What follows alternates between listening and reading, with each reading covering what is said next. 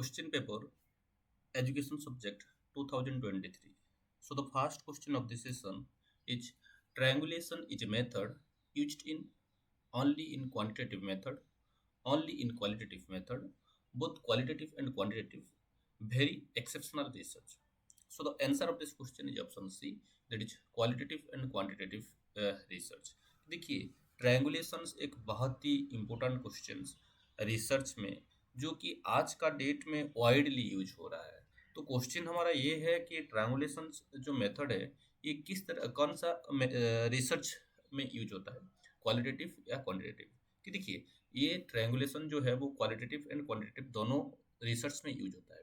कि ये ट्रायंगुलेशन है क्या, कि देखिए ट्रायंगुलेशन मतलब एक तरह से कि मल्टीपल चीज़ों को जब हम लोग कंपेयर करते हैं और कोई एक पर्पज के लिए यूज करते हैं उसको हम लोग क्या बोलते हैं कि ट्रायंगुलेशन बोलते हैं। In simple word, using a variety of instrument to collect data when a conclusion is supported by data collected from a number of different instruments, its validity is thereby enhanced. This kind of checking is often referred to as triangulation। कि देखिए triangulation का मतलब क्या है कि जब हम लोग अलग अलग इंस्ट्रूमेंट से सेम डाटा को अलग अलग सोर्स से कंपेयर कलेक्ट कर रहे हैं और उसी को कंपेयर कर रहे हैं उसी का वैलिडिटी के लिए, उसी का कंक्लूजन को सपोर्ट करने के लिए। ओके, उसको हम लोग क्या बोलते हैं कि ट्रायंगुलेशन बोलते हैं। और ये ट्रायंगुलेशन जो है वो अलग अलग तरह का दिखने के लिए मिलता है, जैसे कि methodological triangulation, methodological triangulation, data triangulation, investigator triangulation, theory triangulation. Methodological triangulation जो है ये दो तरह का दिखने के लिए मिलता है, एक इंट्रा और एक इंटर मेथोडोलॉजिकल ट्रायंगुलेशन देखने के लिए मिलता है। इंट्रा मेथोडोलॉजिकल ट्रायंगुलेशंस में क्या होता है कि एक ही मेथड में हम लोग क्या करते हैं कि कंपेयर करते हैं अलग अलग चीज में विद इन मेथड। और इंटर मेथोडोलॉजिकल ट्रायंगुलेशन में क्या करते हैं कि बिटवीन मेथड हम लोग क्या करते हैं कि कंपेयर करते हैं। और ये हमको क्या करता है, enabling researcher to study a phenomena from a variety of perspective and using dissimilar method. देखिए कि ये मेथोडोलॉजिकल ट्रायंगुलेशन जहाँ की हम लोग इंटर बोलते हैं, अलग अलग मेथड्स को यूज करते हैं, तो यहाँ दो डिसिमिलर, सिमिलर नहीं है, डिसिमिलर मेथड को हम लोग यूज करते हैं। ओके, और दोनों का जो डाटा है उसी के थ्रू कलेक्ट करते हैं, कंपेयर करते हैं और फाइंडिंग्स निकालते हैं। और फाइंडिंग्स दोनों का कंपेयर करके फिर हम लोग एक फाइनल फाइंडिंग्स देते हैं। मेथोडोलॉजिकल इंट्रा ट्रायंगुलेशन जो है, यहाँ क्या होता है, those method which are similar to each other. कि देखिए कि एक रिसर्च है और यहाँ हम लोग दो सिमिलर मेथड या दो से ज़्यादा भी लिया जा सकता है, सिमिलर मेथड को हम लोग यूज करते हैं, डाटा कलेक्ट करते हैं, ओके, डाटा एनालिसिस करते हैं सबका, ओके, और लास्ट में हम लोग क्या करते हैं कि कंपेयर करते हैं। ठीक है, सर डाटा ट्रायंगुलेशन जो कि हम लोग डेफिनेशन में देखे हैं कि यहाँ ये हम लोग जो सोर्स है अलग अलग सोर्स से डाटा कलेक्ट करते हैं, अलग अलग इंस्ट्रूमेंट के थ्रू डाटा कलेक्ट करते हैं और कंपेयर करते हैं। कंपेयर करने के बाद हम क्या करते हैं कि फाइनल जो डाटा है ये हमको देते हैं, जो सेम रहता है उसी को हम लोग बोलते हैं कि नहीं ये जो चीज़ें है ये एक्चुअल्स में डाटा है और इसी में कुछ गलती नहीं है। ओके, इस तरह से हम लोग उसको इंटरप्रेट करते हैं। इन्वेस्टिगेटर जो ट्रायंगुलेशन वो भी दिखने के लिए मिलता है, मल्टीपल इन्वेस्टिगेटर एक रिसर्च होता है और वो रिसर्च को मल्टीपल रिसर्चर और इन्वेस्टिगेटर से करवाया जाता है। और मल्टीपल इन्वेस्टिगेटर और रिसर्चर से जब करवाया जाता है तो उसका जो फाइंडिंग्स है वो भी अलग अलग निकलता है। ओके, तो इसी को हम लोग क्या बोलते हैं कि इन्वेस्टिगेटर ट्रायंगुलेशन बोलते हैं। ठीक ऐसे जो थ्योरी ट्रायंगुलेशन भी देखने के लिए मिलता है। यहाँ जो थ्योरेटिकल पोजीशंस जो है हमारा रिसर्च का वो अलग अलग थ्योरेटिकल पोजीशंस के थ्रू हम लोग क्या करते हैं, स्टडी करते हैं और लास्ट में कंक्लूजन्स ड्रा करते हैं। Next question, which one of the following does not fall under non parametric technique. देखिए कि आप लोग को पता ही है स्टैटिस्टिक जो है उस दो तरह का डाटा वहाँ यूज होता है, एक पैरामीट्रिक डाटा, दूसरा वाला नॉन पैरामीट्रिक डाटा। और पैरामीट्रिक डाटा के ऊपर बेस करके पैरामीट्रिक स्टैटिस्टिक बना है और नॉन पैरामीट्रिक डाटा के ऊपर बेस करके नॉन पैरामीट्रिक स्टैटिस्टिक और नॉन पैरामीट्रिक टेक्निक आप बोल सकते हैं, वो एमर्ज हुआ है। तो इनमें से कौन कौन सा जो टेक्निक है वो नॉन पैरामीट्रिक के अंदर नहीं आ रहा है, इसका मतलब क्या है, पैरामीट्रिक है। तो ANOVA test, cascade test, median test, rank correlation test. So the answer of this question is option A, that is ANOVA test. और एनोवा टेस्ट जो है ये क्या है, एक पैरामीट्रिक स्टैटिस्टिक है। ओके, ये क्या है कि एक पैरामीट्रिक स्टैटिस्टिक है, लेकिन अगर हम लोग देखें का स्क्वायर, मीडियन, रैंक, कोरिलेशन, ये सारे के सारे क्या है कि नॉन पैरामीट्रिक स्टैटिस्टिक है। कि देखिए दो तरह का डाटा होता है और दोनों का अलग अलग एजम्पशन होता है। जैसे कि अगर हम नॉन पैरामीट्रिक डाटा को देखें तो ये जो डाटा ये कभी एज्यूम नहीं करता, do not assume any specific characteristic of the population. कि एक पॉपुलेशन है, वो पॉपुलेशन का कोई भी कैरेक्टरिस्टिक को, स्पेसिफिक कैरेक्टरिस्टिक को ये एज्यूम नहीं कर लेता है। लेकिन अगर हम पैरामीट्रिक डाटा को देखें तो पॉपुलेशन का जो कैरेक्टरिस्टिक है, हो गया, उसी को ये क्या कर लेता है कि यहाँ हम लोग एज्यूम कर लेते हैं।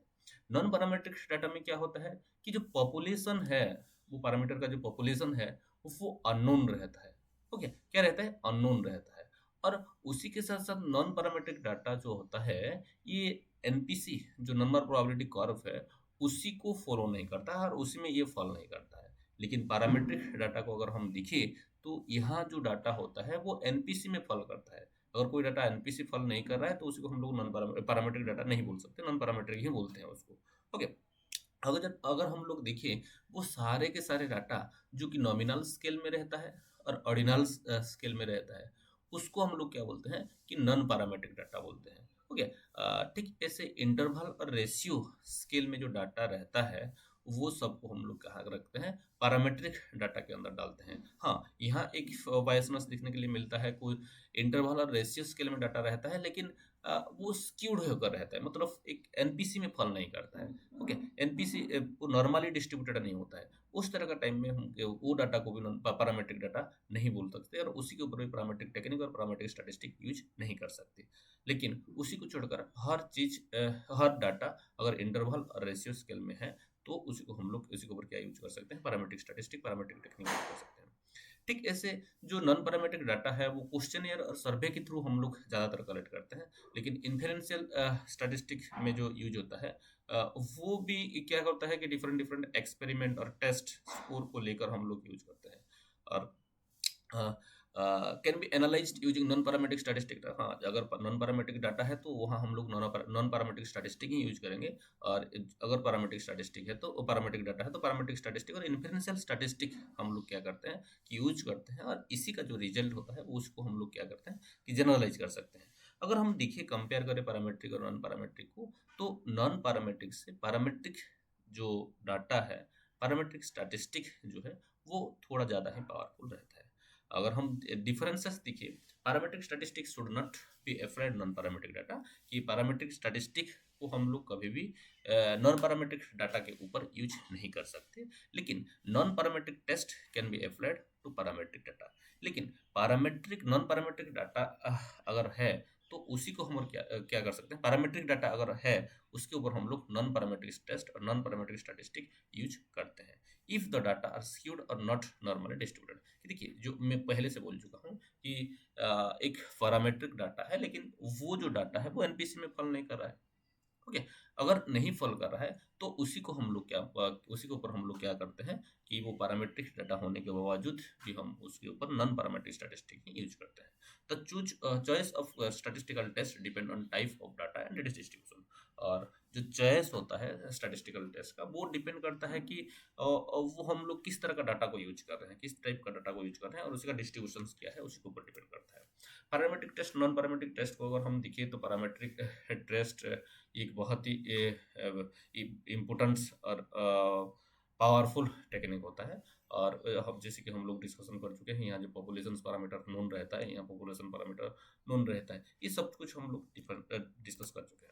देखिए ये कुछ पैरामीट्रिक जहाँ से कि बार बार क्वेश्चन पूछा जा रहा है कि जब हमको difference between the means of two independent group के अंदर जब हमको मीन डिफरेंट कैलकुलेट होना होता है, मीन डिफरेंस कैलकुलेट करना होता है, तब हमारे पास दो ऑप्शन रहता है, पैरामीट्रिक, नॉन पैरामीट्रिक। और ये ऑप्शन हम लोग कैसे चूज करते हैं कि हमारा डाटा को हम लोग देखते हैं कि वो पैरामीट्रिक डाटा है या नॉन पैरामीट्रिक डाटा है। अगर पैरामीट्रिक डाटा है तो वो एनपीसी के ऊपर फॉल कर रहा है या नहीं कर रहा है। अगर नहीं कर रहा है तो नॉन पैरामीट्रिक स्टैटिस्टिक हम लोग यूज करते हैं, नहीं तो पैरामीट्रिक स्टैटिस्टिक यूज करते हैं। ओके, अगर हमारा डाटा पैरामीट्रिक है एनपीसी के ऊपर फॉलो कर रहा है, और हम चाहते हैं कि टू इंडिपेंडेंट ग्रुप के अंदर जो मेन डिफरेंस है वो निकालना चाहते हैं, तो वहाँ वहाँ हम लोग इंडिपेंडेंट टी टेस्ट यूज करते हैं। लेकिन अगर पैरामीट्रिक डाटा नहीं है तो वहाँ हम लोग को उसका अल्टरनेटिव जो है मानोइट यूज करते हैं। ठीक है, से जब हम लोग डिफरेंसेस बिटवीन पेयर्ड सैंपल के अंदर जब मेन डिफरेंस देखना चाहते हैं तब हम लोग पेयर टी टेस्ट यूज करते हैं। लेकिन नॉन पैरामीट्रिक डाटा के ऊपर विलकॉक्स साइन रैंक टेस्ट जो है उसको रन करते हैं। ठीक ऐसे differences mean in 3+ independent group, तीन से ज्यादा इंडिपेंडेंट ग्रुप है, और उनके अंदर मेन डिफरेंस क्या है उसी को हम लोग जानना चाहते हैं। तो उस टाइम हम लोग क्या करते हैं, वन वे एनोवा यूज करते हैं। लेकिन नॉन पैरामीट्रिक स्टैटिस्टिक्स में ग्रोस-काल्वोली टेस्ट जो है उसको यूज करते हैं। Okay, difference between three measurement on the same subject, की सेम सब्जेक्ट है लेकिन जो डिफरेंसेस है, तीन तरह का जो डिफरेंसेस है उसको हम लोग निकालना चाहते हैं। तो वहाँ हम लोग क्या करते हैं, repeated measure of ANOVA use करते हैं। लेकिन नॉन पैरामेट्रिक डाटा अगर है तो वहाँ फ्रेडमैन टेस्ट जो है उसको यूज करते हैं। जब हम लोग रिलेशनशिप को दिखे हैं वेरिएबल, जिसको कि हम लोग को रिलेशंस बोल रहे हैं, ओके, उसी का भी दो तरह का टेक्निक है, एक पैरामेट्रिक टेक्निक, दूसरा वाला नॉन पैरामेट्रिक टेक्निक। जैसे कि strength of A relationship between two continuous variable, की दो कंटिन्यूअस वेरिएबल है और वो दोनों के अंदर जो स्ट्रेंथ है उसी को अगर जब जानना चाहते हैं तब हम लोग पियर्सन कोरिलेशन कोफिशिएंट यूज करते हैं। लेकिन अगर डाटा पैरामेट्रिक नहीं है तो हम लोग क्या करते हैं, स्पीयरमैन कोरिलेशन कोफिशिएंट यूज करते हैं। ठीक ऐसे जब प्रेडिक्ट करना चाहते हैं the value of one variable given to the value of a predictor value, की दो वेरिएबल है, जब हम लोग सिंपल प्रेडिक्ट करना चाहते हैं तो सिंपल लीनियर रिग्रेशन यूज करते हैं। पैरामीट्रिक डाटा अगर हमारे पास पैरामीट्रिक डाटा है तो, लेकिन अगर पैरामीट्रिक डाटा नहीं है तो हम लोग इसको कर नहीं सकते प्रेडिक्ट। ओके, नेक्स्ट अगर हम देखें तो assessing the relationship between two categorical variable, की दो कैटेगोरिकल वेरिएबल्स के अंदर जो रिलेशनशिप है उसी को जानने के लिए हम क्या करते हैं, chi-square टेस्ट यूज करते हैं। अगर हम लोग देखिए एनोवा, एनोवा देखिए कि there are two term, one is T test and another one is ANOVA. T test में क्या होता है कि दो ग्रुप के अंदर मीन डिफरेंस को हम लोग क्या करते हैं कि कैलकुलेट करते हैं। लेकिन जब हमारे पास दो से ज्यादा ग्रुप आ जाता है और उनके अंदर हम लोग जानना चाहते हैं मीन डिफरेंस कितना है, तो उस टाइम हम क्या करते हैं कि एनोवा यूज करते हैं, जिसका फुल फॉर्म क्या है, एनालिसिस ऑफ वेरिएंस। हो गया, इसीलिए यहाँ आ, तीन या तीन से ज्यादा ग्रुप हमको देखने के लिए मिलता है। और ये जो है यहाँ क्या होता है कि use to determine if there is statistically significant difference between means of multiple group. जो मल्टीपल ग्रुप जो है उनका मीन के अंदर वहाँ वो ग्रुप के अंदर कोई मीन डिफरेंस है या नहीं, इसी को हम लोग देखते हैं। और यहाँ वो सारे के सारे टी टेस्ट को, अजम्पशन को हम लोग फॉलो करते हैं, और एफ रेशियो टू जो है उसी के ऊपर डिपेंड करता है कि ये स्टैटिस्टिकली सिग्निफिकेंस है या नहीं है। अगर हम लोग इसका एजम्पशन को देखिए तो जो डाटा है वो पैरामीट्रिक कंटिन्यूअस डाटा होना चाहिए, रैंडम सैम्पलिंग्स होना चाहिए। अगर रैंडम सैम्पलिंग नहीं है तो हम लोग कभी भी इसको यूज नहीं कर सकते। और हम लोग यहाँ डाटा को एज्यूम करते हैं कि नॉर्मली डिस्ट्रीब्यूटेड है।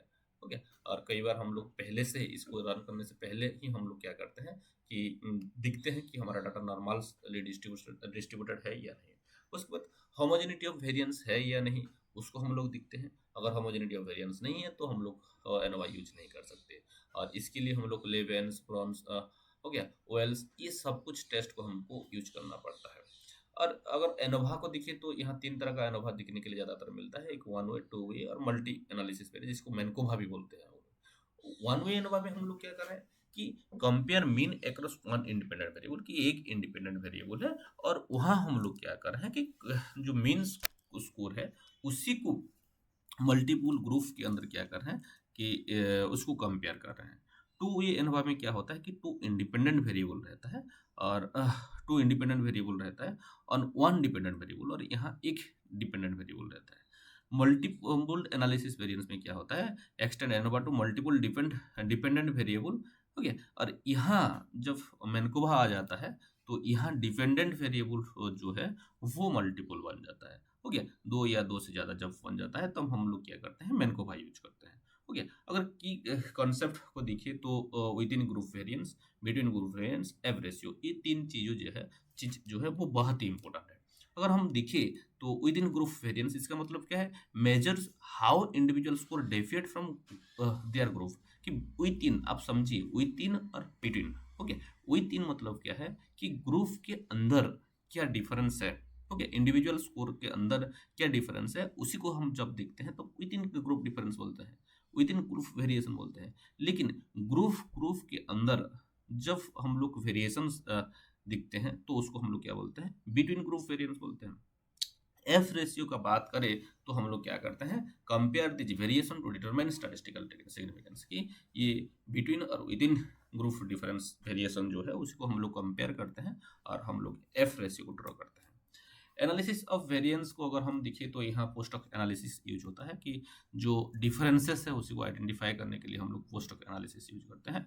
और इसी को हम लोग यूज करते हैं किसके लिए, to determine which group are significantly different, कि कौन सा ग्रुप सिग्निफिकेंटली डिफरेंट है उसी को पाने के लिए हम लोग यूज करते हैं। और ये पोस्ट ऑफ एनालिसिस के लिए टर्की ऑनेस्टली सिग्निफिकेंट डिफरेंस, जिसको कि HST टेस्ट हम लोग बोलते हैं, उसको यूज करते हैं। और ये एज्यूम करता है क्या, equal variance and equal sample, अगर कुछ है तो ये equal variance and equal sample करके ये एज्यूम कर लेता है। ठीक है, ऐसे गेम्स ओलिच हावेल्स टेस्ट जो है उसी को हम लोग यूज करते हैं।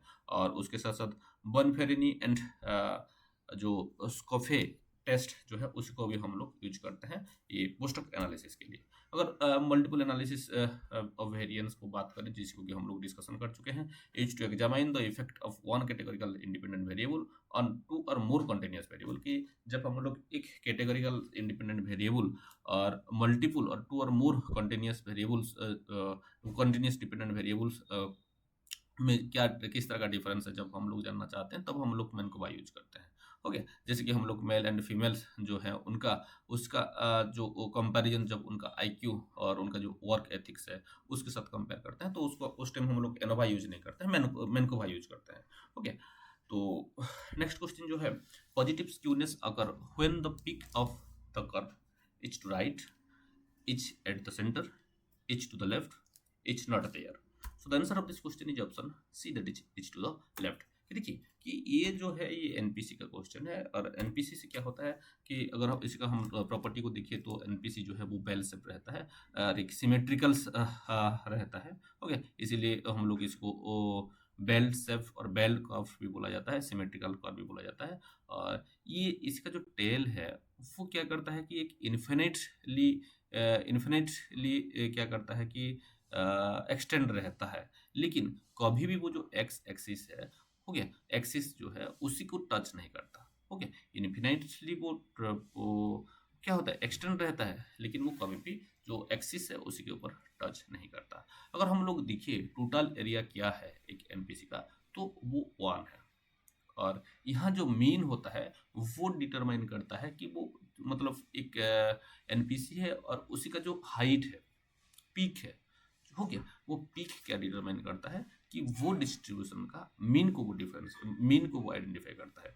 ठीक है, से जो स्टैंडर्ड डेविएशन है वो क्या करता है कि उसी के ऊपर क्या डिपेंड करता है कि एनपीसी जो है उसी में जो डाटा है वो कितना स्प्रेड है।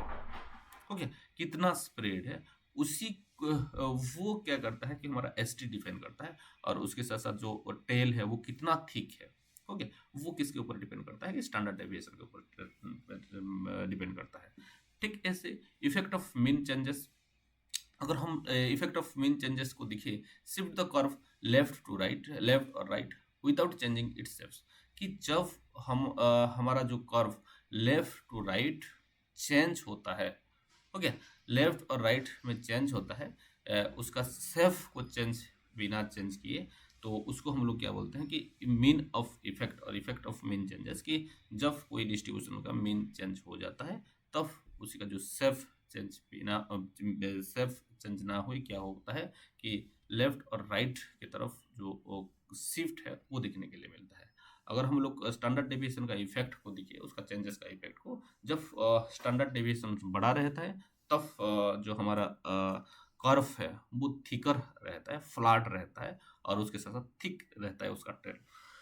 लेकिन जब स्टैंडर्ड डेविएशन स्मॉल होता है, छोटा सा होता है, तब जो कर्व है वो क्या होता है, एकदम टॉलर रहता है, और उसका जो टेल है वो बहुत ही थिन रहता है। अगर हम लोग प्रॉपर्टीज का बात करें तो एक एनपीसी का 68% जो है वो plus 1 standard deviation -1 1 standard deviation के अंदर रहता है। ठीक ऐसे जब हम लोग देखिए +2 स्टैंडर्ड डेविएशन से प्लस -2 स्टैंडर्ड डेविएशन के अंदर 95% जो केस है, 95% जो डाटा है वो फॉल करता है। और ठीक ऐसे +3 स्टैंडर्ड डेविएशन से जो -3 स्टैंडर्ड डेविएशन है उसी के अंदर 99.7% डाटा क्या करता है, फॉलो करता है। अगर हम देखिए कि 3 तरह का हमको ये स्क्यूनेस दिखने के लिए मिलता है। स्क्यूनेस का मतलब क्या है कि जो हमारा कर्व है किस साइड पर वो है, हो गया कि वो पॉजिटिवली है या नेगेटिवली है, हो गया राइट साइड में है या लेफ्ट साइड में है या सेंटर में है, तो उसी के ऊपर डिपेंड करके हम लोग 3 तरह का स्क्यूनेस दिखने के लिए मिलता है। और जो स्क्यूनेस फास्ट आता है वो नेगेटिवली स्क्यूनेस हम लोग बोलते हैं, जहाँ की हम लोग देखते हैं कि जो हमारा जो डाटा है वो क्या रहता है कि राइट की तरफ स्क्यूड रहता है, लेकिन पॉजिटिव में क्या होता है, लेफ्ट की तरफ स्क्यूड रहता है, हो गया। लेकिन जब डाटा लेफ्ट राइट कोई नहीं होता है, एकदम सेंटर में रहता है, तो उसी को हम लोग क्या बोलते हैं कि नॉर्मल और नो स्क्यू बोलते हैं। और जब नॉर्मल डिस्ट्रीब्यूशन रहता है तब हमारा जो मीन मीडियन मोड एक ही जगह में हमको क्या दिखने के लिए मिलता है। लेकिन जब नेगेटिवली स्क्यू होता है तो उस टाइम क्या होता है कि जो मीन है, मीडियन जो मोड जो है वो एकदम राइट साइड में देखने के लिए मिलता है, लेकिन पॉजिटिवली होने से वो लेफ्ट साइड में देखने के लिए मिलता है। मीन वो लेफ्ट साइड में देखने के लिए मिलता है नेगेटिवली स्क्यूड में, पॉजिटिवली स्क्यूड में वो राइट साइड में देखने के लिए मिलता है, ठीक है। ठीक है, ऐसे जो कुर्टोसिस करके एक कॉन्सेप्ट है कि हमारा जो एनपीसी है वो कितना फ्लैटर है, ओके। उसी को देखते हुए हम लोग और एक कॉन्सेप्ट डेवलप किए हैं, वो क्या है कि कुर्टोसिस। और ये कुर्टोसिस क्या किसी के ऊपर डिपेंड करता है कि हमारा एसटी के ऊपर डिपेंड करता है। और ये क्या करता है कि 3 तरह का हमको दिखने के लिए मिलता है। जो एकदम टल रहता है, ओके, टल रहता है नरो होकर, उसको हम लोग पॉजिटिव कुर्टोसिस बोलते हैं, जिसको कि लिप्टोकुर्टिक भी हम लोग बोलते हैं, ओके। कफ ऐसे होता है कि जब हमारा जो एसटी है वो छोटा रहता है तब ये एकदम टल बन जाता है, ओके। और इसी का जो टेल है वो भी थिन बन जाता है। लेकिन जब ये ज़्यादा, उसका एसडी जब ज़्यादा रहता है तब एकदम फ्लैटर रहता है, और ये इसका टेल जो है वो एकदम एकदम थिक बन जाता है। इसी को हम लोग क्या बोलते हैं कि नेगेटिव कुर्टोसिस और प्लाटोक्रेटिक बोलते हैं। और जब नॉर्मली रहता है तो उसको हम लोग क्या बोलते हैं, मेसोकोर्टिक बोलते हैं। तो यहाँ से भी क्वेश्चन पूछा जाता है लेप्टोकोर्टिक, मेसोकोर्टिक, प्लाटोकोर्टिक करके। Next, what is true in term of alternative hypothesis. देखिए, हाइपोथेसिस जो कि एक बहुत ही इंपॉर्टेंट कॉन्सेप्ट है रिसर्च में, और यहाँ से हर एक एग्जाम में आपको कुछ ना कुछ क्वेश्चन दिखने के लिए मिलेगा ही मिलेगा, चाहे वो डिसीजंस को लेकर, चाहे वो सिग्निफिकेंस को लेकर, चाहे वो कॉन्सेप्ट को लेकर, टाइप को लेकर, लेकिन यहाँ से क्वेश्चन आएगा ही आएगा। तो देखिए कि इनमें से कौन सा अल्टरनेटिव हाइपोथेसिस के लिए सही है। It is an alternative of research hypothesis, it is an alternate of null hypothesis, it is an alternate of directional hypothesis, it is an alternate of declarative hypothesis. So the answer of this question is option B, that is it is an alternate of null hypothesis. की देखिए कि जब हम लोग alternative hypothesis का बात कर रहे हैं तो ये क्या है कि एक नल हाइपोथेसिस का ये एक अल्टरनेटिव है। इस क्या है कि नल हाइपोथेसिस का एक अल्टरनेट है। अगर हम देखिए डिफरेंट टाइप ऑफ हाइपोथेसिस, तो सिंपल हाइपोथेसिस जहाँ की हम लोग 2 वेरिएबल देखने के लिए मिलता है और वो कनेक्टेड रहता है, उसको हम लोग सिंपल बोलते हैं। कॉम्प्लेक्स के बारे में जब दिखते हैं तो जहाँ जिस हाइपोथेसिस में 2 या 2 से ज़्यादा वेरिएबल्स कनेक्टेड रहते हैं तो उसको हम लोग कॉम्प्लेक्स बोलते हैं। नल हाइपोथेसिस में जब वो वेरिएबल के अंदर कोई कनेक्शन दिखने के लिए नहीं मिलता तो उसी को हम लोग क्या बोलते हैं, नल हाइपोथेसिस बोलते हैं। ठीक ऐसे अल्टरनेटिव हाइपोथेसिस किसको बोलते हैं, there is a connection between variable कि जहाँ कनेक्शन होता है तो उसी को हम लोग क्या बोलते हैं कि अल्टरनेट बोलते हैं, लेकिन जहाँ कनेक्शन नहीं होता है तो उसी को हम लोग क्या बोलते हैं, नल हाइपोथेसिस बोलते हैं। ठीक ऐसे डायरेक्शनल्स का बात करें तो examine the specific way two variable are connected, कि एक स्पेसिफिक वे में जब 2 वेरिएबल एक दूसरे से कनेक्टेड रहते हैं तब उसी को क्या बोलते हैं, डायरेक्शनल हाइपोथेसिस बोलते हैं। ठीक ऐसे जब 2 वेरिएबल्स एक ही डायरेक्शंस में, मतलब कोई डायरेक्शंस में कनेक्टेड जब नहीं रहते हैं तब वो क्या बोलते हैं, एक डायरेक्शन में जब कनेक्टेड नहीं रहते हैं तब नॉन डायरेक्शनल बोलते हैं। Say 2 variable are connected but does not say how, okay, कि जब 2 वेरिएबल कनेक्टेड रहते हैं लेकिन कैसे, कोई डायरेक्शन जब मेंशन नहीं रहता है तब हम लोग क्या बोलते हैं कि नॉन डायरेक्शनल बोलते हैं, ओके। अगर हम लोग एक एग्जांपल ले तो डायरेक्शनल का क्या है कि बॉयज आर सिग्निफिकेंटली और पॉजिटिवली हायर देन गर्ल्स, ये क्या है डायरेक्शनल, कि पॉजिटिव यहाँ क्या हो रहा है कि डिफर कर रहे हैं कि हायर है गर्ल्स से।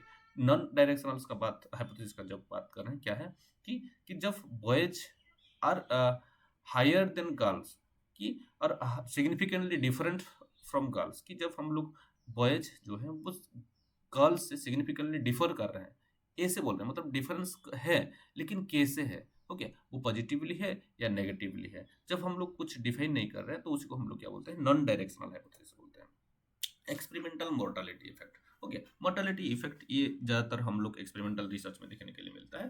तो ये क्या है, इंटरनल वैलिडिटी, उसका option internal validity, external validity, validity of data, external validity. So the answer of this question is internal validity. और ये इंटरनल वैलिडिटी को क्या करता है कि अफेक्ट करता है, एक्सपेरिमेंटल मोर्टालिटी जो है वो इंटरनल वैलिडिटी को अफेक्ट करता है। कि देखिए ये कुछ थ्रेड है, जैसे कि अमलक सिलेक्शन, वायर maturation, instrumentation, regression of means, testing, mortality, okay ये सब कुछ इंटरनल वैलिडिटी जो है इसी का ये थ्रेड है। ठीक है sir. Next, an intervention done for research does a method of data collection, okay कि एक इंटरवेंशन होता है for research does method of data collections. Interventions is a method of data collections, may be a method of data collection, should be a method of data collection, it's not a method of data collection. So the answer of this question is option D, that it's not, okay। कि देखिए interventions जो है experimental research में वो कोई data collections का method नहीं है, ठीक है, कि ना कि होना चाहिए, कि ये क्या कि है कि एक इंटरवेंशन है, ओके ना कि ये कोई डाटा कलेक्शन टेक्निक और टूल और डाटा कलेक्शन मेथड है। An inquiry into the roots of aggression in tribal male in India, this a problem fall under which type of research? Okay, कि जब हम लोग ये जो एग्रेशन है ट्राइबल मेल जो रहते हैं इंडिया में, उनका जो एग्रेशंस है उसको हम लोग, उसका जो रूट है उसको हम लोग इंक्वायरी कर रहे हैं उसका बारे में। तो ये किस तरह का रिसर्च के अंदर पड़ेगा, historical, ethnographic, phenomenological, case study. So the answer of this question is option B, that is ethnographic. देखिए कि ट्राइबल का बात किया जा रहा है, ओके ट्राइबल्स का, कोई ट्राइब, पर्टिकुलर ट्राइब का बात किया जा रहा है, तो जब tribe culture, tradition, okay custom के ऊपर हम लोग स्टडी करते हैं तब ज़्यादातर हमारा स्टडी क्या बन जाता है, एथनोग्राफिक स्टडी बन जाता है।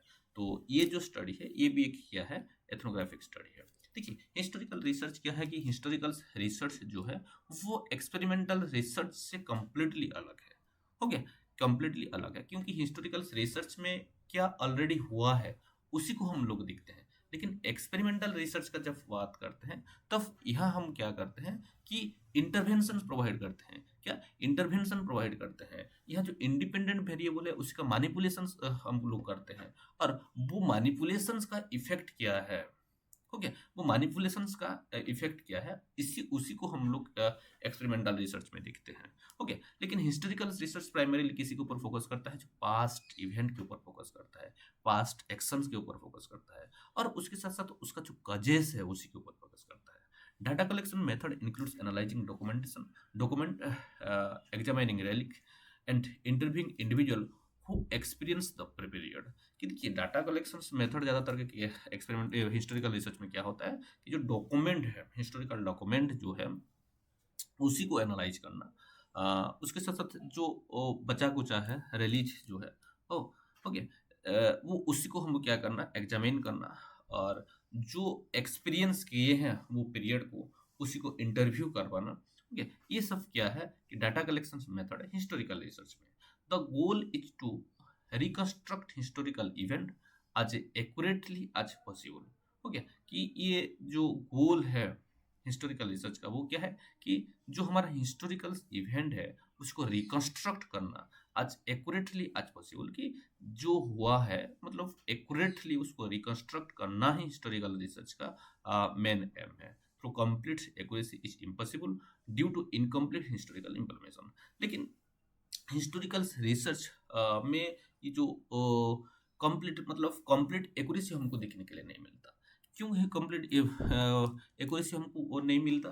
क्योंकि हमारे पास इनकम्प्लीट इन्फॉर्मेशन रहता है, कंप्लीट इन्फॉर्मेशन, हिस्ट्रिकल इन्फॉर्मेशन नहीं रहता, जिसके कारण कि हमको जो उसका एक्यूरेसी है वो 100% हम लोग प्रोवाइड नहीं कर सकते। It involves systematic data collection and evaluation of data to describe and explain past event. Okay, यहाँ हम लोग क्या करते हैं कि सिस्टमेटिक डाटा कलेक्ट करते हैं, उसको इवैल्यूएट करते हैं और उसको डिस्क्राइब करते हैं, उसके उसके एक्सप्लेन करते हैं। ओके, और उसी के थ्रू हम लोग ये रिसर्च प्रोवाइड करते हैं। अगर हम लोग देखिए हिस्टोरिकल रिसर्च का पर्पस को जो फास्ट आता है वो है क्या है, लर्निंग फ्रॉम पास्ट इवेंट, कि जो पास्ट इवेंट हो चुका है उसी से लर्न करने के लिए हम लोग हिस्टोरिकल रिसर्च करते हैं। और उसी के साथ साथ जो पास्ट प्रैक्टिसेस जो है, ओके, उसी को ये प्रेजेंट डेज में जो सिमिलर इश्यूज अराइज हो रहा है उसी को सॉल्व करने के लिए, ओके, उसी का सॉल्यूशंस के लिए भी क्या करते हैं कि जो हम लोग हिस्टोरिकल रिसर्च को करते हैं। और उसके साथ साथ जो हमारा प्रेडिक्शन है उसको असिस्ट असिस्ट करने के लिए भी हम लोग क्या करते हैं कि हिस्टोरिकल रिसर्च करते हैं। और उसके साथ साथ जो ट्रेंड है, रिलेशनशिप है, ओके, उसी के ऊपर हाइपोथेसिस जो बना हुआ है उसी को टेस्ट करने के लिए भी हम लोग हिस्टोरिकल रिसर्च करते हैं। Understanding present educational practices and policies, और उसी के साथ साथ जो प्रेजेंट एजुकेशनल प्रैक्टिसेस है, पॉलिसीज है, उसी को समझने के लिए भी हम लोग क्या करते हैं कि हिस्टोरिकल रिसर्च कंडक्ट करते हैं। हम अगर देखें तो हिस्टोरिकल इंक्वायरी तो जो फास्ट आता है वो है identification of area of interest, next raise question, formulate a title, review of related literature, interpret and reflect on data, writing narratives. Okay, this is the simple step of historical inquiry और historical research. अगर हम लोग देखें तो ये अलग अलग तरह से हमको देखने के लिए मिलता है, जैसे कि ह्यूरिस्टिक कलेक्टिंग सोर्सेज की, जहाँ के हम लोग क्या करते हैं कि डाटा को कलेक्ट करते हैं।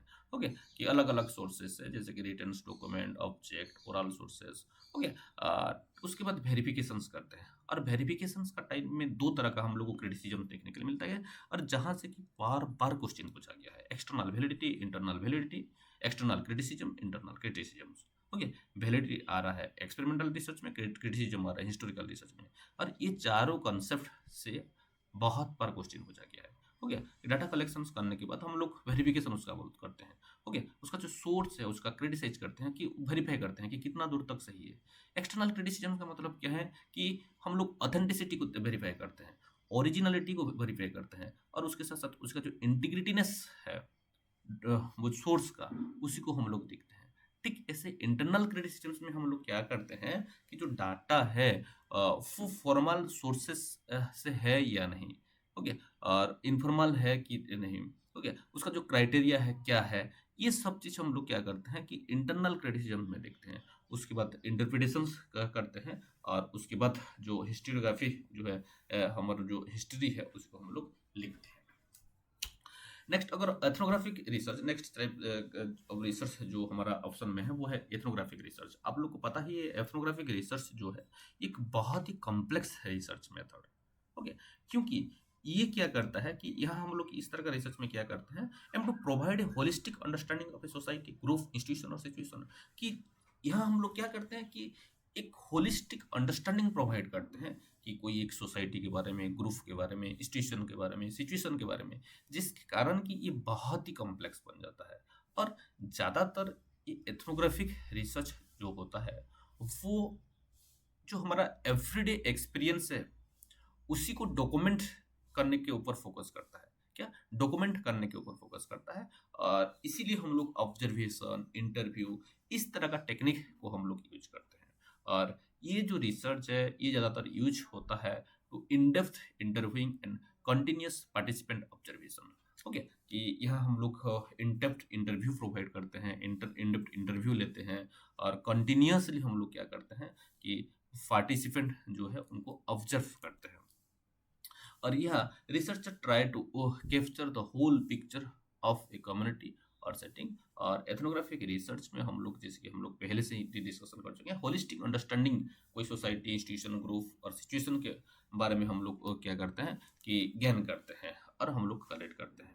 ओके, एक होल पिक्चर हम लोग एक कम्युनिटी का प्रोवाइड करते हैं, एक सेटिंग का प्रोवाइड करते हैं, एक सिनारियो का प्रेजेंट करते हैं।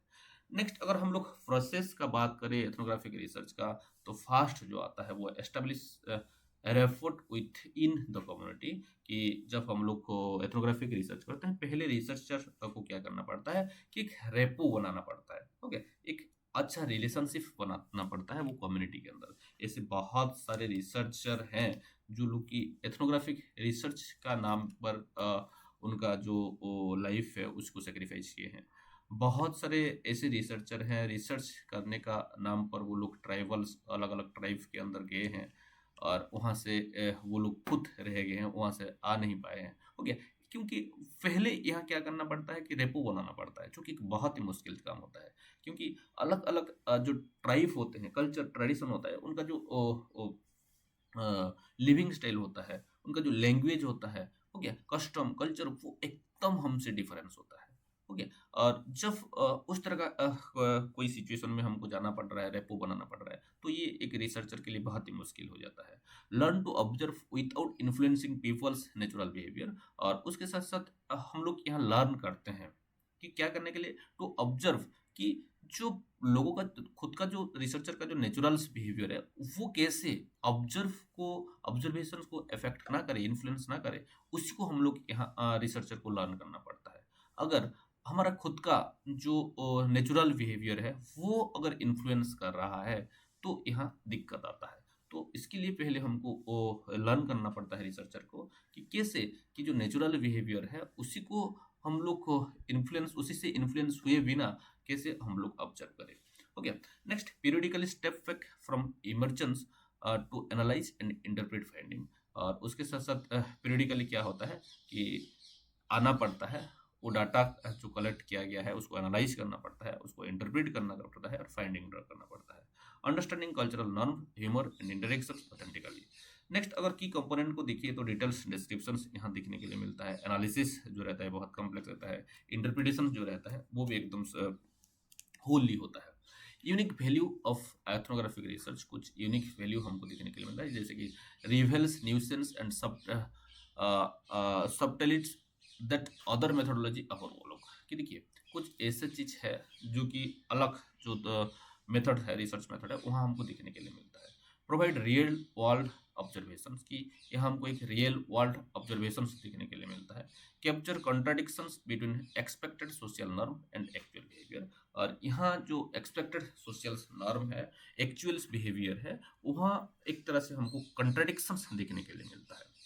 और एडवांटेजेस का बात करें तो ये स्टडी जो होता है people in their natural environment, okay, कि यहाँ जो रिसर्च होता है एक नेचुरल एनवायरनमेंट, लोग जहाँ रहते हैं वहाँ रिसर्चर को जाना पड़ता है और वहाँ नेचुरल एनवायरनमेंट में उसको स्टडी करना पड़ता है। तो इसीलिए एक एक्यूरेट अंडरस्टैंडिंग रिसर्चर का यहाँ डेवलप होता है। और उसके साथ साथ ये हेल्प करता है जो हिडन सोशल नॉर्म जो है, कंट्राडिक्शंस जो है सोसाइटी के अंदर, उसी को भी हम लोग एक्सप्लोर करते हैं, क्या करते हैं, एक्सप्लोर करते हैं इसी के थ्रू। प्रोवाइड एक कॉम्प्रिहेंसिव रियल वर्ल्ड पर्सपेक्टिव, और उसके साथ साथ कॉम्प्रिहेंसिव रियल वर्ल्ड पर्सपेक्टिव भी हम लोग ये एथनोग्राफिक रिसर्च के थ्रू प्रोवाइड करते हैं हमारा सोशल बिहेवियर का।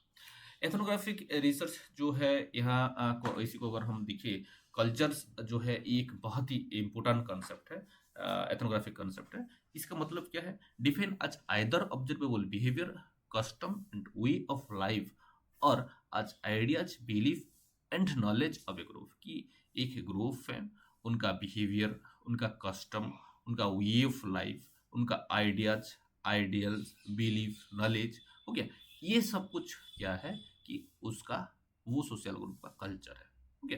तो एक लाइन में अगर हम लोग बोले खुद का कल्चर को देखिए, तो हमारा जो बिहेवियर, हमारा जो कस्टम, हमारा जो लाइफस्टाइल, आइडियाज, बिलीफ, नॉलेज, ये सबको अगर मिला दे तो उसको हम लोग कल्चर बोलते हैं। और एथनोग्राफिक रिसर्च में भी इसी को कल्चर ही बोला जाता है। और ये क्या करता है ethnographic researcher, help ethnographer identify pattern in behaviour and ideas, की ये उनका जो बिहेवियर है वह किस तरह का एक पैटर्न फॉलो हो रहा है, उसी को हम लोग देखते हैं। Cultural interpretation is crucial in understanding symbolic interaction, कि जब हम लोग सिंबलिक इंटरेक्शंस का बात करें, जो कल्चरल अंडरस्टैंडिंग है वो बहुत ही क्रूशियल बन जाता है। नेक्स्ट, ये होलिस्टिक पर्सपेक्टिव प्रोवाइड करता है, एथनोग्राफिक का जो एम रहता है वो जो ग्रुप का हिस्ट्री, उसका social structure, political aspect, belief, custom, ये सबको क्या करता है, टच करता है। तो इसीलिए हमको एथनोग्राफिक रिसर्च क्या करता है कि होलिस्टिक पर्सपेक्टिव प्रोवाइड करता है, requires extensive field work to capture the broader cultural context beyond specific event. Okay, और ये जो है ये क्या करता है कि जो एक्सटेंसिव फील्ड वर्क को रिक्वायर करता है। ओके, नेक्स्ट कॉन्टेक्चुअलाइजेशन का बात करें, data is placed with in a larger perspective for better interpretations, कि यहाँ जो डाटा होता है उसको रखा जाता है with in a large perspective for better interpretations, की अच्छे से इंटरप्रिटेशंस के लिए, कि एक विद इन लार्जर पर्सपेक्टिव, कि इसको एक बहुत पर्सपेक्टिव में रखा जाता है। नेक्स्ट, अगर इमिक पर्सपेक्टिव को अगर हम देखें, ये क्या है, focus on understanding reality from an insider's view point. हो गया कि यहाँ हम लोग क्या करते हैं, फोकस करते हैं कि जो रियलिटी है वहाँ जो वो कल्चर का कोई एक आदमी का जो व्यू पॉइंट है उसी के ऊपर वो क्या है, उसी को हम लोग देखते हैं, उसी को इमिक पर्सपेक्टिव बोलते हैं। और ये क्या करता है, जो एक्यूरेट इंटरप्रिटेशंस जो है, कल्चरल इंटरप्रिटेशन जो है, वो हमको प्रोवाइड करता है। और एथनोग्राफर जो है वो बैलेंस करता है emic insider and etic outsider perspective. हो गया, फॉर ऑब्जेक्टिव एनालिसिस, की जो ऑब्जेक्टिव रहता है उसी को एनालिसिस करने के लिए यहाँ एक बैलेंस मेंटेन करता है एथनोग्राफर, कि इनसाइडर जो है और उसके साथ साथ आउटसाइडर जो है उनका व्यू पॉइंट को बैलेंस करता है। और उसके साथ साथ एक थिक डिस्क्रिप्शन हमको देखने के लिए मिलता है। और इसका जो एम रहता है उसका क्या रहता है, to create a vivid and immersive cultural portrait. हो गया कि विविड और इमर्सिव कल्चरल पोर्ट्रेल्स हमको वो प्रोवाइड करता है। मेंबर चेकिंग्स यहाँ हम देखने के लिए मिलता है। नॉन जजमेंटल ओरिएंटेशन भी हमको प्रोवाइड करता है। सैम्पलिंग का बात करें एथनोग्राफिक रिसर्च में, तो एथनोग्राफर जो रहता है उसका जो एम रहता है, observe everything in A setting meaning they do not formally sample in A traditional sense. Okay, कि यह सैंपल का कुछ ऐसे नहीं रहता, यहाँ जो मेन ऑब्जेक्टिव रहता है कि सब कुछ एक पर्टिकुलर सेटिंग्स में क्या करना, ऑब्जर्व करना ही रहता है। However since it is impossible to observe anything, what they do observe becomes a de facto sample possible observation. कि देखिए कि ये तो इम्पॉसिबल है कि सब कुछ ऑब्जर्व करना, लेकिन but they do observe becomes A de facto sample of possible observation. लेकिन जो पॉसिबल है उसी को जब हम लोग ऑब्जर्व करते हैं तो उसको हम लोग क्या बोलते हैं कि डिफेक्टो सैंपल बोलते हैं। Okay, the sample size is very small, often just a few individual और ए सिंगल क्लास। ओके, कि एथनोग्राफिक रिसर्च में जो सैंपल साइज हो जाए वो बहुत ही कम होता है। एक एक बार तो कोई एक पर्टिकुलर क्लास जो होता है उसी को हम लोग ले लेते हैं। जनरलाइजेशंस जो है वो to a larger population is not a goal of ethnographic research, कि एक लार्जर पॉपुलेशन के ऊपर जनरलाइज करना फाइंडिंग्स को, इसका ये पर्पस नहीं है। The primary objective is to achieve a deeper understanding of a particular situation. और इसका जो प्राइमरी ऑब्जेक्टिव रहता है वो क्या रहता है, to achieve a deeper understanding, कि डीपर अंडरस्टैंडिंग को अचीव करना इसका प्राइमरी ऑब्जेक्टिव रहता है एक पर्टिकुलर सिचुएशन में। The findings applicability is determine through replication in different setting. Okay, कि इसका जो फाइंडिंग्स का जो एप्लीकेबिलिटी है वो क्या होता है, is determine through replication in different setting, की उसको हम लोग रेप्लिकेट करते हैं। ओके, रेप्लिकेशंस के थ्रू ही हम लोग क्या कर पाते हैं कि उसका जो एप्लीकेबिलिटी है उसको हम लोग जज कर पाते हैं। डाटा कलेक्शन मेथड को अगर हम दिख रहे हैं तो प्राइमरी मेथड पार्टिसिपेंट ऑब्जर्वेशन, दूसरा वाला इंटरव्यूइंग आता है। इंटरव्यूइंग जो होता है ये एक बहुत ही इंपॉर्टेंट टूल बनता है, क्योंकि यहाँ जो रिसर्चर है उसको इन डेप्थ इंटरव्यू लेना पड़ता है। स्ट्रक्चर, सेमी स्ट्रक्चर, इनफॉर्मल, रेस्ट्रोस्पेक्टिव, हर तरह का यहाँ इंटरव्यू लेना पड़ता है। और ज़्यादातर जो इनफॉर्मल इंटरव्यू है वो एथनोग्राफिक रिसर्च में कॉमन देखने के लिए मिलता है। और पार्टिसिपेंट ऑब्जर्वेशंस के लिए क्या है, emergence in a culture of community.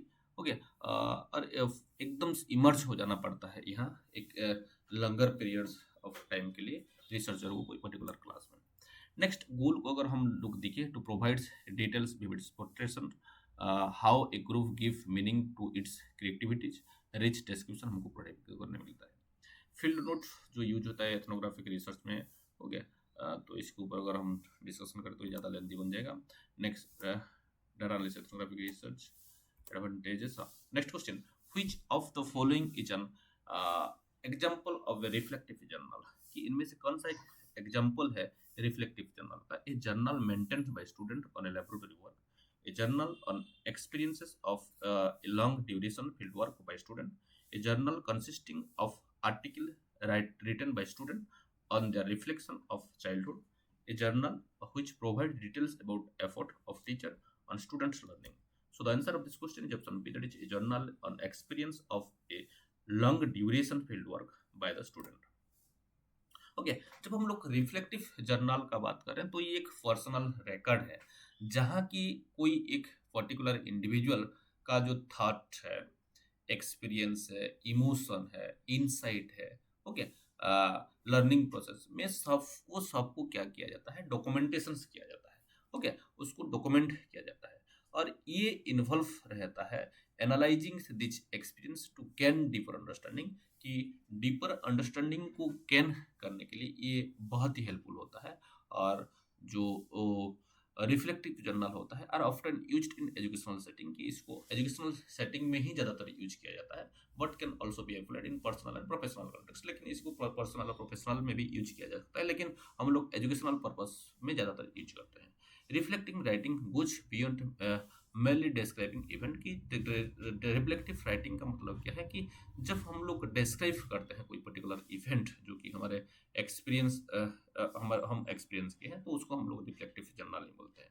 The process of encouraging critical thinking and self awareness, जब कोई बच्चा और स्टूडेंट रिफ्लेक्टिव जर्नल लिख रहा है तो उसका जो क्रिटिकल थिंकिंग है वो डेवलप हो जाता है और उसके साथ साथ उसका जो सेल्फ अवेयरनेस है वो भी दिखने के लिए मिलता है।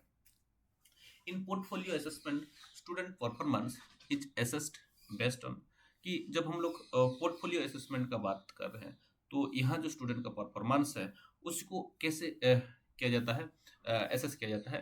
The times taken by the student to complete the activity, कि कितना टाइम वो स्टूडेंट लिया है उसको कंप्लीट करने के लिए। The rubrics for judging the level of performance of student, sincerity shown by the student in completing the activity, appropriateness of language and presentation of the student.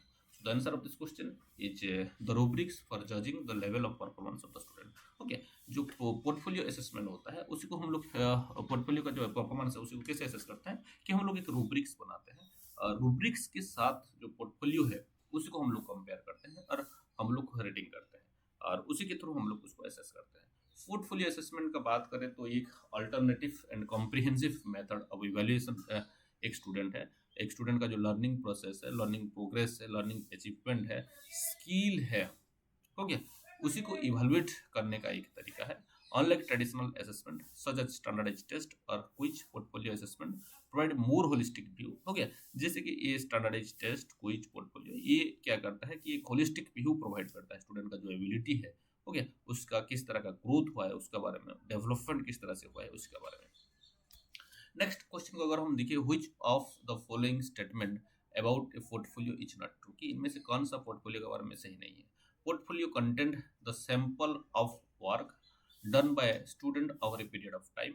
Portfolio provides scope for involving student in the assessment of their own learning. Portfolio presents the learning journey of each student. Portfolio present a cumulative record of performance of student on all the tests conducted by the teacher. So the answer of this question is option D, that is portfolio जो है ये क्या होता है, present एक cumulative record, ये cumulative record student का performance का प्रोवाइड करता है जिसको कि प्रिपेयर करते हैं, कंडक्ट करते हैं कौन, कि हमारा टीचर। एक पोर्टफोलियो जो होता है ये क्या है कि ये कलेक्शन ऑफ आइटम्स और मटेरियल, ओके, जो कि एक इंडिविजुअल है उसका जो वर्क, अचीवमेंट, इन्वेस्टमेंट है उसको ये क्या करता है, पोर्ट्रेट करता है। और ये जो है वो फिजिकल हो सकता है और डिजिटल भी हो सकता है। Next, according to Bloom's taxonomy, which of the following performance of the learner does not assess learning at the understanding level, कि इनमें से कौन सा जो चीज उसी को हम लोग ब्लूम टैक्सोनॉमी का अंडरस्टैंडिंग लेवल में क्या नहीं कर सकते, एसेस नहीं कर सकते। Giving an example of A concept, defining A concept as stated in a textbook, stating the difference between two concepts, stating the meaning of a concept in one's own word. So the answer of this question is option B, that is defining a concept as stated by textbook. Okay, ये knowledge के अंदर आता है, ये understanding में नहीं आएगा. Okay, अगर हम लोग देखिए ब्लूम्स का जो टेक्सोनॉमी को वो पहले जो दिए थे वो knowledge comprehension, application, analysis, synthesis, evaluation, ऐसे 6 तरह का स्टेप देखने के लिए मिलता है, लेकिन अभी उसका चेंज हो गया है. ओके, जो न्यू वर्जन आया है वो क्या है, remembering, understanding, applying, analysing, evaluating and creating.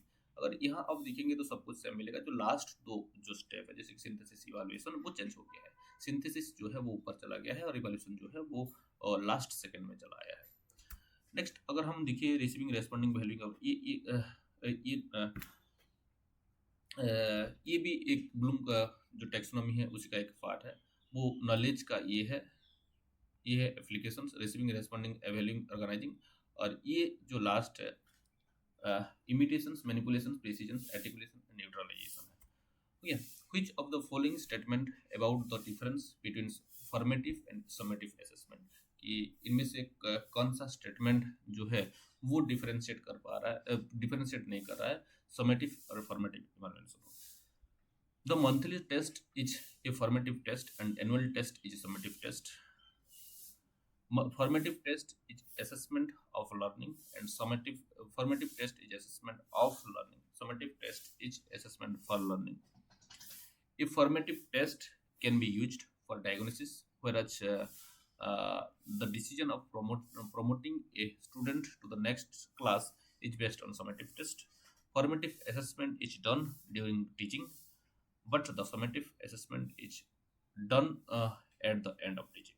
So the answer of this question is option B, that is a formative test is assessment of learning and summative test is assessment for learning. ये क्या कर रहा है कि जो formative और summative assessment है उसी को डिफरेंशिएट नहीं कर रहा है. लेकिन अगर ये तीनों दिखे, the monthly test is formative and the annual test is summative, obviously जो मंथली टेस्ट, वीकली टेस्ट हो रहा है वो सारे के सारे फॉर्मेटिव असेसमेंट है, लेकिन जो एनुअल टेस्ट होता है उसको समेटिव मानते हैं.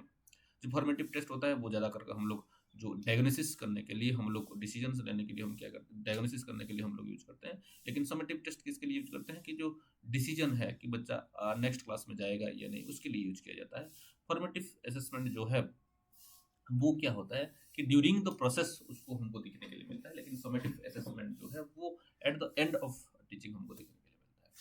Which of the following assessment done by teacher can be considered as a summative assessment.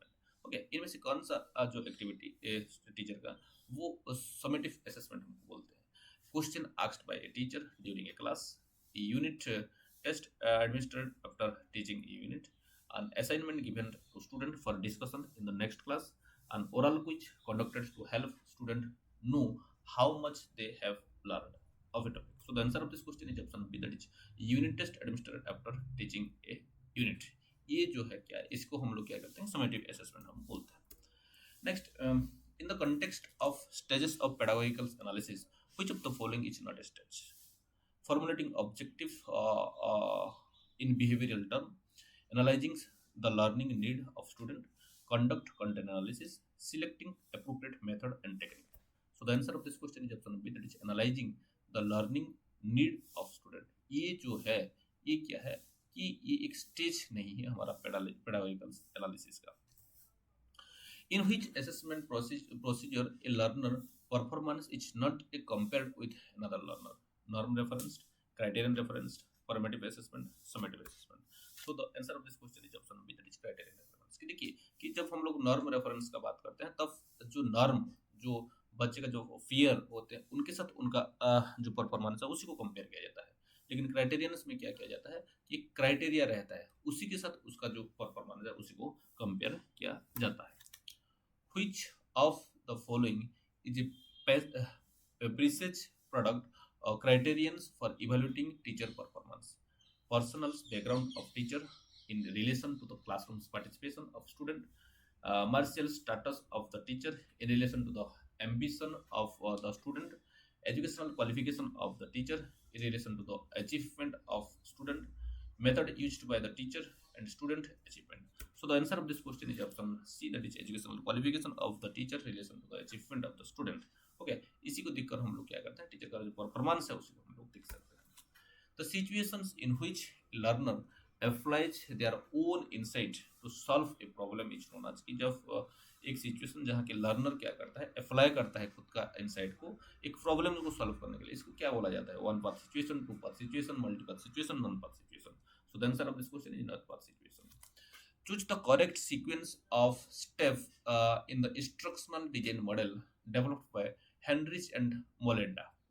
So the answer of this question is option C, that is 2, 6, 4, 5, 1, 3. It means 2, analyzing learner, status, state the objective, select methods, media and material. Next, utilize method, media and material. Next, record learner participation. Last, evaluate and revise. Which of the following is not a benefit of using ICT in education? Decrease teacher workload, reduce cost of education, increase student engagement and motivation, improve access to educational resources. So the answer of this question is option A, that is decrease teacher workload. Which among the following is the purpose of a display portfolio? To demonstrate mastery of learners in any curricular area, to document student specific learning outcome, to diagnose the difficult area for the learners, to demonstrate the highest level of achievement attained by learner. So the answer of this question is option D, that is to demonstrate the highest level of achievement attained by the learner. Okay, कि ये क्या है कि एक portfolio का purpose है. Next, the visual and auditory interactive communication through ICT among people staying at varied locations is specifically termed as teleconference, video conference, blogging, email. So the answer of this question is option B, that is video conference. According to Vygotsky sociocultural cognitive theory, which of the following points are important? Culture plays a significant role in the learning. Teachers should make the student performance better in examination. A language is a root of culture. Students cannot learn by their own experiences. An individual learn on the basis of its role in community. So the answer of this question is option C, that is 135. It means culture play a significant role in the learning. It's the correct. Next, language is a root of culture. It's also correct. An individual learner on the basis of its role in the community, ये भी correct है. First culture के लिए right, तीसरा जो language है उसके लिए राइट, और चौथा जो है वो क्या है, वो कम्युनिटी के लिए राइट. लेकिन दूसरा, teacher should make the student perform better in examination, ये वैगोट्स्की का सोशियो कल्चरल कॉग्निटिव थ्योरी का पार्ट नहीं है. और उसके साथ साथ student can not learn by their own experiences, कि जो स्टूडेंट है वो उनका खुद का एक्सपीरियंस से वो कुछ नहीं लर्न करता. लेकिन ऐसा नहीं है. Vygotsky का मानना ये था कि स्टूडेंट है वो क्या करता है, खुद एक्सपीरियंस करता है और उसी के थ्रू वो लर्न करता है.